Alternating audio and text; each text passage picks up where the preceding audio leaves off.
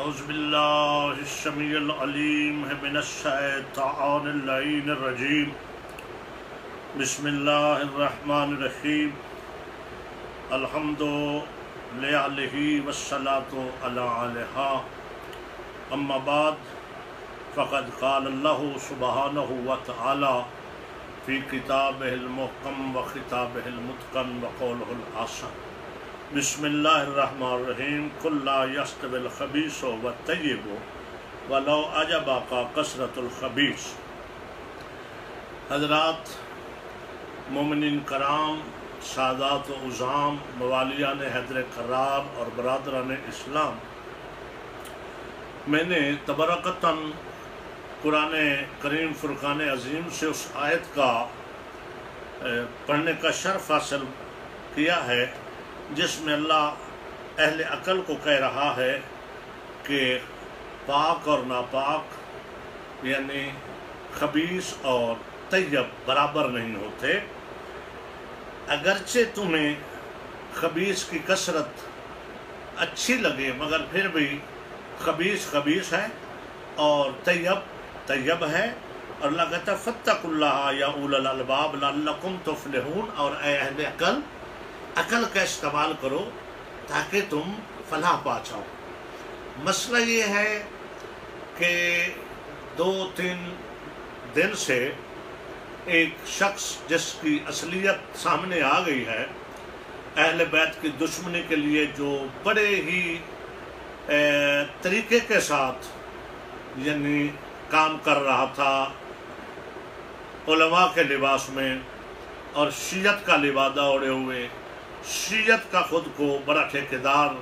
بنا کے خود کو پیش کر رہا تھا، اور انقلاب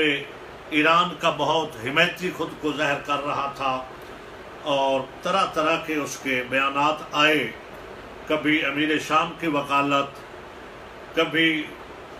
ذاکرین کے خلاف، کبھی ماتم داری کے خلاف، کبھی جناب امیر مختار علیہ الرحمہ جس کے لیے امام سید و ساجد دین دعا فرمائیں، اور معصوم امام کو خون رونے والے امام کے چہرے پہ جس کی وجہ سے تبسم آئے، اس ہستی کے خلاف اس نے لب کشائی کی، اپنی زبان کو کھولا تو مختلف جوابات بھی آئے۔ تو اب تو اس نے حد کر دی یہ کہہ کر کہ مجالس عزا اور نماز تراویح جو ہے وہ ایک ہی قسم کی ہیں، جیسے تراویح ہے ویسے مجالس ہیں۔ تو اس نے ایسا شیعت پہ حملہ کیا ہے کہ جس سے لوگوں کے دل چور چور ہو چکے ہیں۔ تو آپ سوچیں گے کہ غلام اکبر ساقی اہل بیت کا ادنیٰ سا مداح خان کیوں خاموش رہا؟ میں خاموش نہیں رہا، میں 3-4 دن سے جب سے یہ سنا میں اس کی کھوج میں اس کے حسب و نسب تک پہنچا ہوں، اس کی اصلیت تک پہنچا ہوں، چونکہ میرا تعلق بزم اسماعیل سے ہے، درس آل محمد کا میں فارغ التحصیل ہوں۔ مولانا مبلغ اعظم وکیل آل محمد کا یہ طرح امتیاز تھا کہ وہ دشمن کے بارے میں بھی گفتگو اتنی دیر تک نہیں کرتے تھے جب تک دلائل کے انبار اکٹھے نہیں کر لیتے تھے، اسناد کے انبار لگا لیتے تھے۔ تو پورے سیاق و سباق کے ساتھ گفتگو کرنے کے لیے پہلے دشمن کے گھر تک پہنچنا پڑتا ہے، اس کی اصلیت تک جانا پڑتا ہے۔ تو الحمدللہ آپ تمام مومنین کو میں یہ خبر دے رہا ہوں، اور جتنی خبر دے رہا ہوں اس کا قیامت تک جب تک زندہ ہوں ذمہ دار ہوں۔ کوئی ایک بات بھی غلط ہو تو میری سزا جو یہ چاہے اہل بیت کا دشمن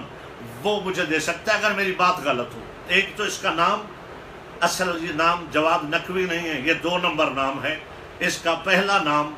فرزند علی شاہ تھا، یہ عبداللہ شاہ ڈرائیور کا بیٹا ہے، ہزارہ ڈسٹرکٹ سے اس کا تعلق ہے، ٹپا سیدہ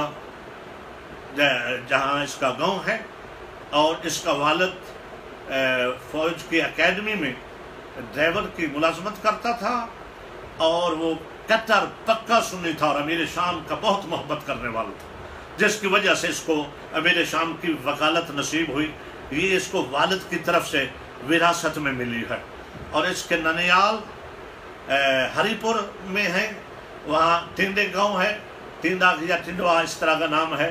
اس زمانے میں وہاں ہیں، اب بھی پکے مانے ہوئے ثلاثہ کے اور امیر شام کے مرید ہیں، پکے سنی ہیں، جس وجہ سے اس کے اندر یہ دونوں نجیب الطرف یعنی دونوں طرف سے، طرفین کی طرف سے، ننیال کی طرف سے بھی اور ددیال کی طرف سے بھی اہل بیت کی دشمنی اس میں کوٹ کوٹ کر بھری ہوئی ہے۔ اس کو پالا سید خضر حسین شاہ صاحب جو اس کے رشتہ دار تھے، اس کے ماموں یا اس کے والد کے کسی طرف سے کزن تھے۔ پھر اس کو پالا اور اس کے والد کا جنازہ بھی سنی ہوا اور پکا سنی تھا اس کا والد، تو انہوں نے، وہ شیعہ تھے خضر حسین شاہ، انہوں نے اس کو شیعہ مدرسے میں داخل کروایا اور اس کا نام فرزند ہی تھا۔ اگر اس سے پہلے، نکاح سے پہلے اس کا کاغذوں میں کہیں نام جواد نقوی یا لفظ نقوی اس کے نام کے ساتھ لگا نکل آئے تو بھی میں ذمہ داری لینے کو تیار ہوں۔ نقوی بھی اس دن لگایا گیا، اس کا نام اثار شاہ نے، اثار کاظمی نے چینج کیا جب نکاح ہو رہا تھا کہ اس کا نام جواد نقوی رکھ دو۔ نقوی اس دن اس کے نام کے ساتھ لگا، اس سے پہلے نقوی نہیں تھا۔ یہ ہے اس کی اصلیت۔ اب رہا مسئلہ کہ جو اس نے کہا ہے میں اس پہ بات کروں۔ دیکھیں، یہ اس نے اپنے جواب میں کہا کہ اہل سنت مجلس کو بدعت سمجھتے ہیں۔ اس وقت سے میں نے، چونکہ میرا تعلق بین المذاہب امن کمیٹی سے بہت درینہ تعلق، اب بھی میرا تمام مکاتب فکر کے مفتی لیول کے لوگوں سے رابطہ ہوتا ہے۔ ہر وقت میں نے اہل حدیثوں کے مفتی نصر اللہ عزیز سے لے کر پیر ابراہیم سیالوی تک تمام مکاتب فکر کے علماء سے پوچھا کہ کیا مجلس ہے امام حسین کو، اہل بیت کا ذکر کو آپ کیا سمجھتے ہیں؟ انہوں نے کہا جی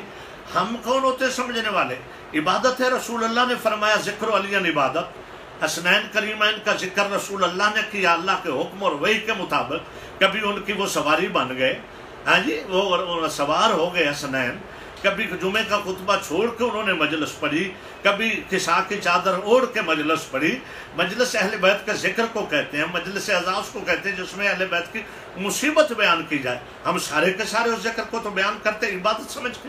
وہ عبادت بھی ہے، اللہ کا حکم بھی ہے، رسول کی سنت بھی ہے۔ کسی یہ کہتا ہے سنی بدعت سمجھتے ہیں، اپنے جواب میں اس نے کہا ہے، پہلے جو بکواس کی ہے وہ اور ہے۔ اب کہا جی میں نے کہا سنی یہ سمجھتے ہیں، کوئی سنی، کوئی اہل حدیث، کوئی دیوبندی ذکر اہل بیت کو بدعت نہیں سمجھتا، مجلس سے حسین کو بدعت اور غلط نہیں سمجھتا۔ ہاں، نماز تراویح کے بارے میں وہ سارے سب مانتے ہیں کہ یہ حضرت عمر بن خطاب نے شروع کی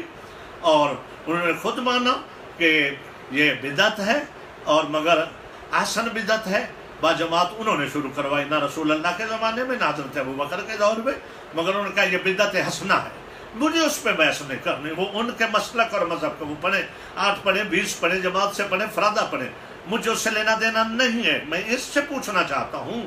کہ وہ تو کہہ رہے ہیں کہ ہم مجلس کو عبادت سمجھتے ہیں، تراویح کو ہم سمجھتے ہیں کہ حضرت عمر بن خطاب نے شروع کی۔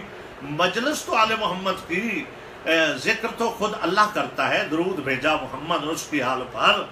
اور رسول اللہ نے مجلس پڑھی، یہ رسول کی سنت ہے اور دین کی بقا کی ضامن ہے یہ عزاداری سید شہداء۔ تو مجھے اپنی قوم سے اور ان قوتوں سے ایک التماس کرنی ہے، میں آئیں بائیں شائیں کرنے کا قائل نہیں ہوں۔ میں جامعۃ المنتظر کے پرنسپل ایت اللہ حافظ ریاض نجفی سے لے کر علامہ راجہ ناصر صاحب قبلہ تک اور شیخ الاسلام سرکار علامہ محسن نجفی، جامع اہل بیت والی بڑی شخصیت ہیں، مفسر قرآن ہیں، ان سے لے کر تمام پاکستان میں ایران کے ساتھ وابستہ اداروں، تنظیموں اور جماعتوں سے درخواست کرتا ہوں کہ اپنا واضح بیانیہ دیں اور یہ مسئلہ اور یہ اس کا بیان آقا خامنئی تک پہنچایا جائے، ایران کے مقتدر لوگوں تک پہنچایا جائے کہ اگر ان کی اس کو تائید اب بھی حاصل ہے اور جو ان کا نمائندہ کہتا ہے خود کو انقلاب ایران کا، تو پھر ہم اپنا بیانیہ عزاداران حسین اور علماء اور خطبہ جو اس نے حملہ شیعت پہ کیا ہے، اس کے دفاع کے لیے کمر بستہ ہو گئے ہیں، پھر ہم اپنا بیانیہ دیں گے۔ بہتر یہ ہے کہ بزرگ یہ کام کریں۔ راجہ ناصر کی جماعت، علامہ ساجد نقوی، جامعۃ المنتظر،